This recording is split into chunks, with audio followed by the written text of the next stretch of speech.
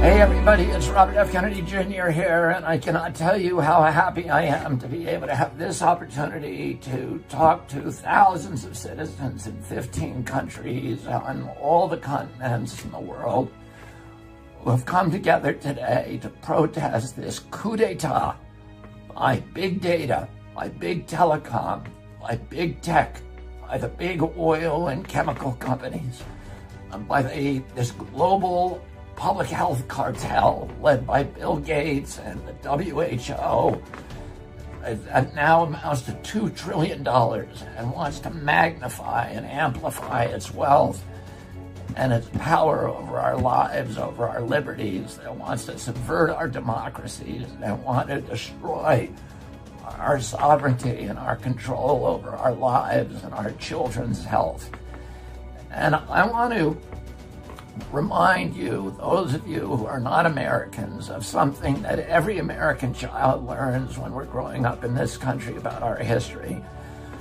During the Great Depression, Franklin Roosevelt, who was one of the greatest presidents in American history, said to the American people, the only thing that we have to fear is fear itself.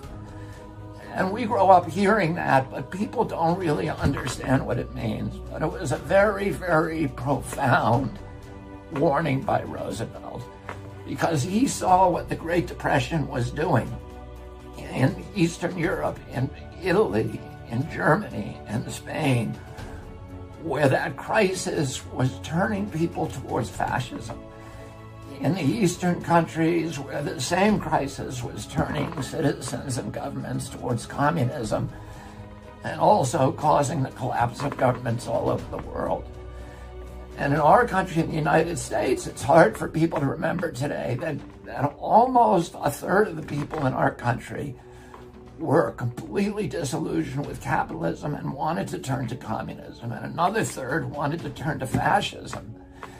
And Franklin Roosevelt wanted to preserve our country for democracy, for free market capitalism, for civil rights, and to preserve our Constitution. And he recognized that the weapon of authoritarian control was going to be fear.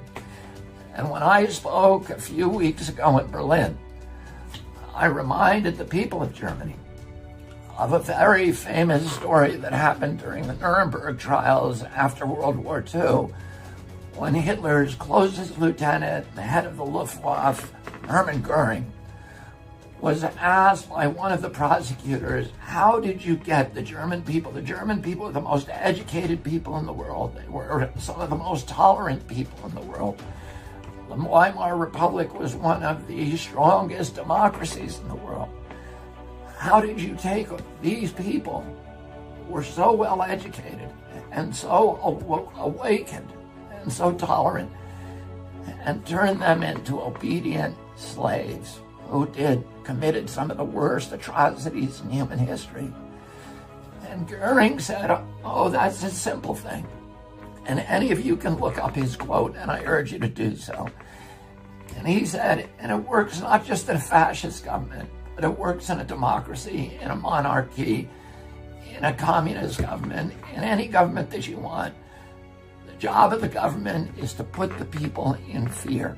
And if you can keep them in fear, you can get them to do anything that you want them to do, that they will turn into sheep. And there's a famous book by Naomi Klein that all of us should read called Disaster Capitalism. And that book shows, it's a historical chronology of all of the times during American history and the history of the world during the Great Depression, and during the financial collapse in 2008, during the financial collapse in Chile, for example, in 1973, during the time of the World Trade Center bombing, that authoritarian elements in a society and large corporations and wealthy plutocrats and oligarchs, wealthy families and individuals, use crises to shift wealth upward, to obliterate the middle classes of those countries, and to clamp down totalitarian controls. And of course, it's an obvious thing that people who are used to voting for their governments are not going to vote for policies that make the rich people richer, that give corporations even more power over their lives, that reduce democracy and reduce civil rights. These are not good vessels for populism. In order to transform the government so that it will reward the rich with even more wealth, the people who want to do that in the large corporations, who want to orchestrate that kind of change, have to get rid of civil rights. And the first civil right that they begin with is freedom of speech. They need to clamp down censorship, because censorship is the most important right. In our country, we put it number one, the First Amendment of the Constitution, because all the other rights depend on it. If a government can hide what it's doing, it can get away with anything it wants. If a corporation can lie to you and conceal information, if there's no transparency in a democracy, you do not have a democracy. So if you want to get rid of all the other rights, like freedom of assembly, which you are exercising today, some of you are exercising at great threats. Some of you will suffer. Some of you will be jailed. Some of you will suffer injuries. But that is a basic right.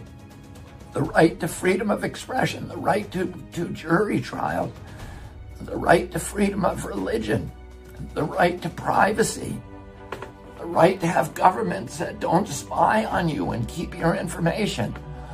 All of those other rights can only be subverted if they begin by imposing censorship, by being able to silence people who want to speak.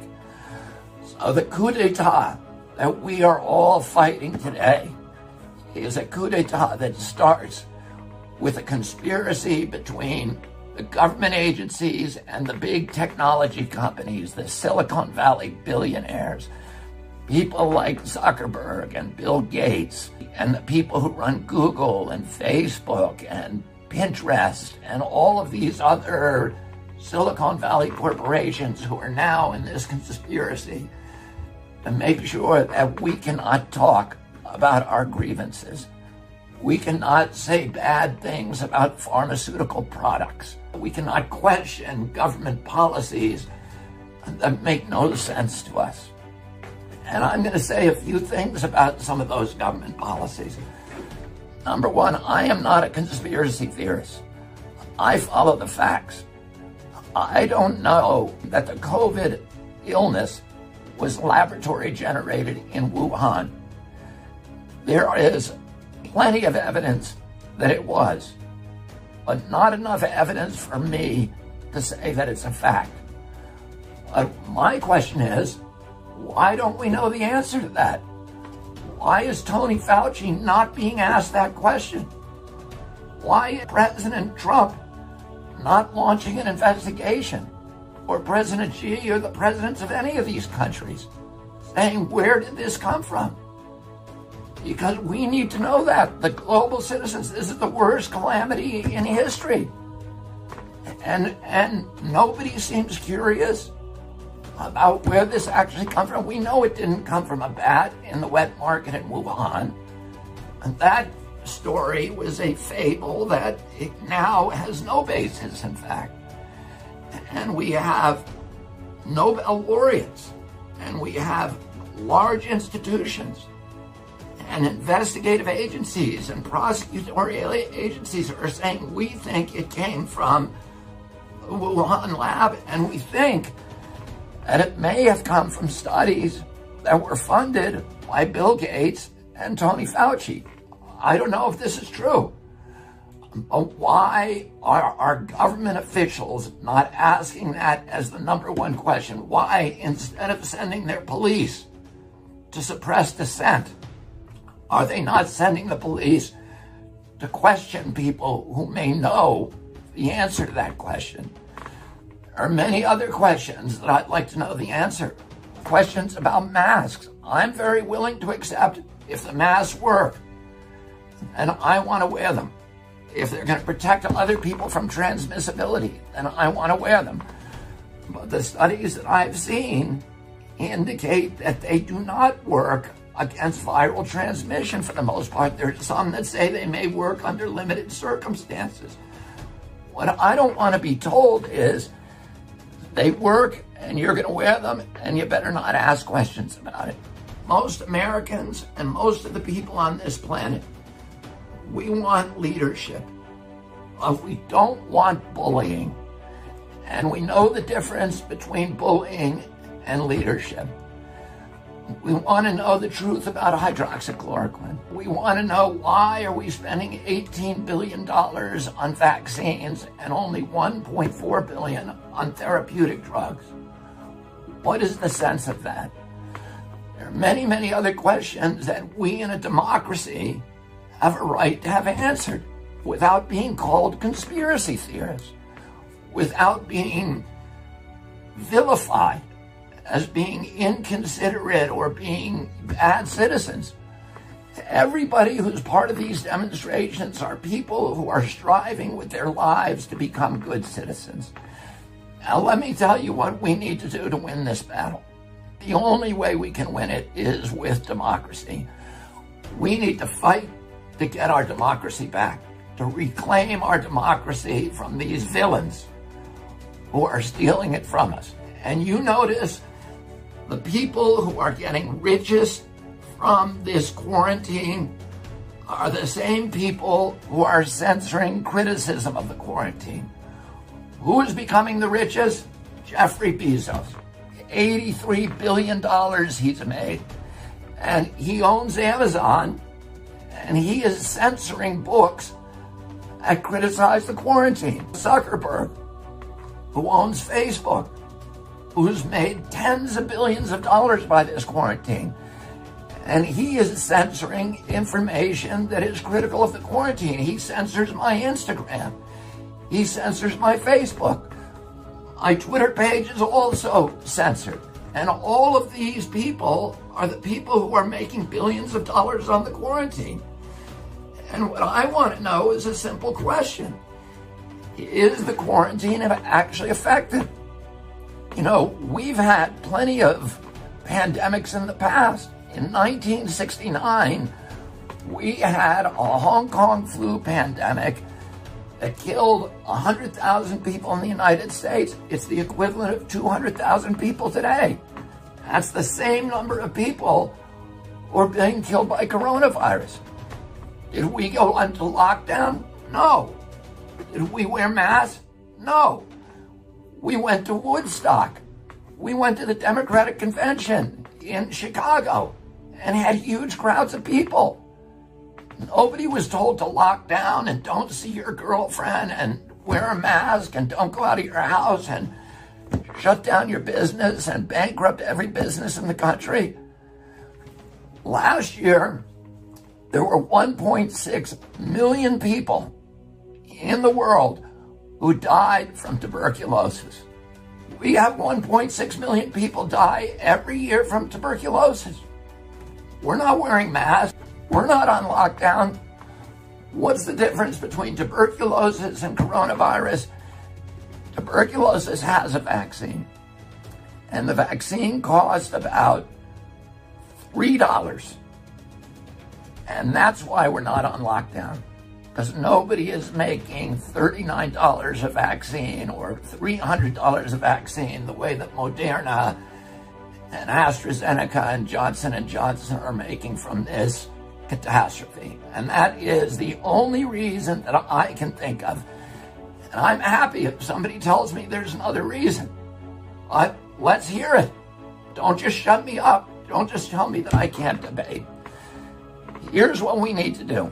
We need to do exactly what you're doing today.